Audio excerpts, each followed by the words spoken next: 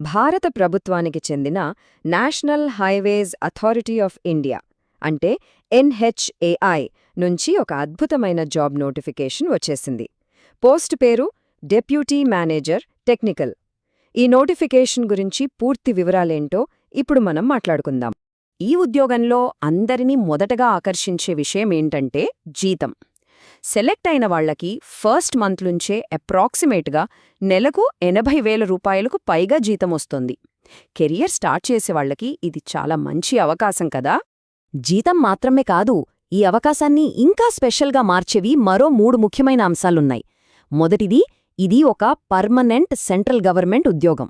రెండోది, దీనికి ఎలాంటి ముందస్తు అనుభవం అవసరం లేదు. ఇంకా మూడోది, అసలు హైలైట్ ఏంటంటే రాత పరీక్ష కూడా లేదు. ఓకే, జీతం బావుంది, బెనిఫిట్స్ అదిరిపోయాయి. మరి అసలు ఈ పోస్ట్ ఏంటి?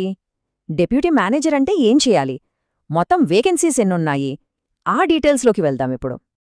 ఈ రిక్రూట్మెంట్ చేసేది ఎన్హెచ్ఏఐ అంటే national highways authority of India. మనందరికీ తెలిసిందే, మనం రోజూ ప్రయాణించే జాతీయ రహదారులను నిర్మించి వాటిని నిర్వహించేది వీళ్లే. ఇంత పెద్ద ప్రతిష్టాత్మకమైన ప్రభుత్వ సంస్థలో పనిచేసే ఛాన్స్ అన్నమాట ఇది. ఈ నోటిఫికేషన్ ద్వారా మొత్తం 40 డిప్యూటీ మేనేజర్ టెక్నికల్ పోస్టులను భర్తీ చేస్తున్నారు. ఇది చాలా మంచి నంబరనే చెప్పాలి. పైగా రిజర్వేషన్ల ప్రకారం అన్ని కేటగిరీల వాళ్లకి ఇందులో వాటా ఉంటుంది. జీతం వివరాలు చూస్తే ఇది పే లెవెల్ 10 ఉద్యోగం. అంటే బేసిక్ పేనే 56,100 రూపాయలతో మొదలవుతుంది. దీనికి మళ్ళీ డిఏ, హెచ్ఆర్ఏ లాంటి సెంట్రల్ గవర్నమెంట్ ఎలవెన్స్లన్నీ యాడ్ అవుతాయి కదా. సో అన్నీ కలుపుకుంటే చేతికొచ్చే జీతం ఈజీగా 80,000 దాటిపోతుంది. ఇంత మంచి అవకాశం కదా. మరి దీనికి కావాల్సిన అర్హతలేంటి? ఎవరు అప్లై చేయొచ్చు? కీ రిక్వైర్మెంట్స్ ఏంటో ఇప్పుడు క్లియర్లా చూద్దాం. ఎడ్యుకేషన్ విషయానికి వస్తే ఇది టెక్నికల్ పోస్ట్ కాబట్టి ఖచ్చితంగా గుర్తింపు పొందిన యూనివర్సిటీ నుంచి సివిల్ ఇంజనీరింగ్లో డిగ్రీ ఉండాలి. ఇది తప్పనిసరి. సివిల్ ఇంజనీరింగ్ డిగ్రీ ఒక్కటే సరిపోదు. దీనితో పాటు ఇంకొక చాలా ఇంపార్టెంట్ క్వాలిఫికేషన్ ఉంది. అదే గేట్ 2025 స్కోర్. అది కూడా వ్యాలిడ్ స్కోర్ అయి ఉండాలి. ఈ స్కోర్ లేకపోతే అప్లై చేయడానికే వీల్లేదు. ఎందుకంటే మొత్తం సెలెక్షన్ ప్రాసెస్ దీనిమీదే ఆధారపడి ఉంటుంది. ఇక ఏజ్ లిమిట్ విషయానికొస్తే జనరల్ లేదా ఈడబ్ల్యూఎస్ కేటగిరీ వాళ్లకు మ్యాక్సిమం 30 ఏళ్లు. ప్రభుత్వ నిబంధనల ప్రకారం ఓబీసీలకు 33 ఏళ్ల వరకు, ఎస్సీ/ఎస్టీ అభ్యర్థులకు 35 ఏళ్ల వరకు, ఇంకా దివ్యాంగులకైతే 40 ఏళ్ల వరకు అవకాశముంటుంది. సరే, అన్ని అర్హతలు ఉన్నాయనుకుందాం. నెక్స్ట్ స్టెప్ ఏంటి? అసలు సెలక్షన్ ఎలా చేస్తారు? ఇక్కడొక ఇంట్రెస్టింగ్ పాయింట్ ఏంటంటే సెలక్షన్ ప్రాసెస్ చాలా సింపుల్గా, స్ట్రెయిట్ ఫార్వర్డ్గా ఉంటుంది.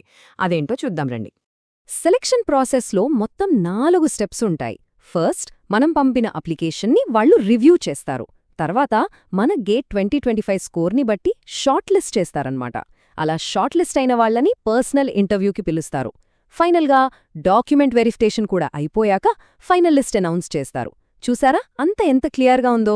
ఇక అన్నిటికంటే ముఖ్యమైన ఘట్టం అప్లికేషన్ ప్రాసెస్. ఎలా అప్లై చేయాలి? ఈ ప్రాసెస్లో ఎలాంటి తప్పులు చేయకుండా ఉండాలంటే ఈ స్టెప్స్ని కొంచెం జాగ్రత్తగా ఫాలో అవ్వాలి. ఈ డేట్స్ చాలా ఇంపార్టెంట్, కావాలంటే నోట్ చేసుకోండి. అప్లికేషన్స్ January 9, 2026న ఓపెన్ అవుతాయి. కరెక్ట్గా నెల రోజులకి, అంటే February 9, 2026న క్లోజ్ అయిపోతాయి. ఎప్పుడూ లాస్ట్ మినిట్ వరకు వెయిట్ చేద్దు. వీలైనంత తొందరగా అప్లై చేయడం బెస్ట్. ఒక విషయం గుర్తుంచుకోవాలి, అప్లికేషన్స్ కేవలం ఆన్లైన్లో మాత్రమే తీసుకుంటారు. దానికోసం వాళ్ల అఫీషియల్ వెబ్సైట్ nhai.gov.inకి వెళ్ళాలి. పోస్ట్లో పంపినా, ఈమెయిల్ చేసినా వాటిని తీసుకోరు. అప్లై చేసేటప్పుడు కొన్ని చిన్న టిప్స్. ప్రాసెస్ స్మూత్గా ఉండాలంటే గూగుల్ క్రోమ్ గానీ, మొజిల్లా ఫైర్ ఫాక్స్ గానీ వాడమని వాళ్లే చెప్తున్నారు. ఇంకో గుడ్ న్యూస్ ఏంటంటే నోటిఫికేషన్లో అప్లికేషన్ ఫీజు గురించి ఎక్కడా చెప్పలేదు. సో బహుశా అప్లికేషన్ ఫ్రీ అయ్యే ఛాన్స్ ఉంది. ఓకే, అప్లై చేసేశారు, సెలెక్ట్ కూడా అయ్యారు అనుకుందాం. ఆ తర్వాత కూడా కొన్ని ముఖ్యమైన విషయాలున్నాయి. జాబ్లో జాయిన్ అయ్యే ముందు క్యాండిడేట్స్ తెలుసుకోవాల్సిన ఆ ఫైనల్ డీటెయిల్స్ ఏంటో ఇప్పుడు చూసేద్దాం. ఇక్కడొక కండీషన్ ఉంది, గమనించాలి. జాబ్లో చేరిన తర్వాత మినిమం 3 ఏళ్లు సర్వీస్ చేయాలి. దీనికి గ్యారంటీగా 5 లక్షల రూపాయల సర్వీస్ బాండ్ మీద సైన్ చేయాలి. అయితే దీని గురించి కంగారు పడక్కర్లేదు. మనం ముందుగా డబ్బులేమీ కట్టనవసరం లేదు. ఇది జస్ట్ 3 ఏళ్లు ఖచ్చితంగా పని చేస్తామనిచ్చే ఒక అగ్రిమెంట్ లాంటిది అంతే. ఇది పర్మనెంట్ గవర్నమెంట్ జాబ్, అందులో డౌట్ లేదు. కానీ ఆల్ ఇండియా సర్వీస్ లయబిలిటీ ఉంటుంది. అంటే ట్రాన్స్ఫర్ మీద ఇండియాలో ఎక్కడికైనా వెళ్లి పనిచేయడానికి రెడీగా ఉండాలి. ఒక్కసారి ఆలోచించండి. మంచి జీతం, permanent government job security, freshers కూడా అప్లై చేయొచ్చు. రిటర్న్ ఎగ్జామ్ లేదు. కేవలం గేట్ స్కోర్తోనే డైరెక్ట్ రిక్రూట్మెంట్. ఇవన్నీ చూస్తుంటే ఇది సివిల్ ఇంజనీర్లకు ఒక కెరియర్ డిఫైనింగ్ ఆపర్చునిటీలాగా అనిపించట్లేదా? అర్హత ఉన్నవాళ్లు ఈ అవకాశాన్ని అస్సలు వదులుకోకూడదు.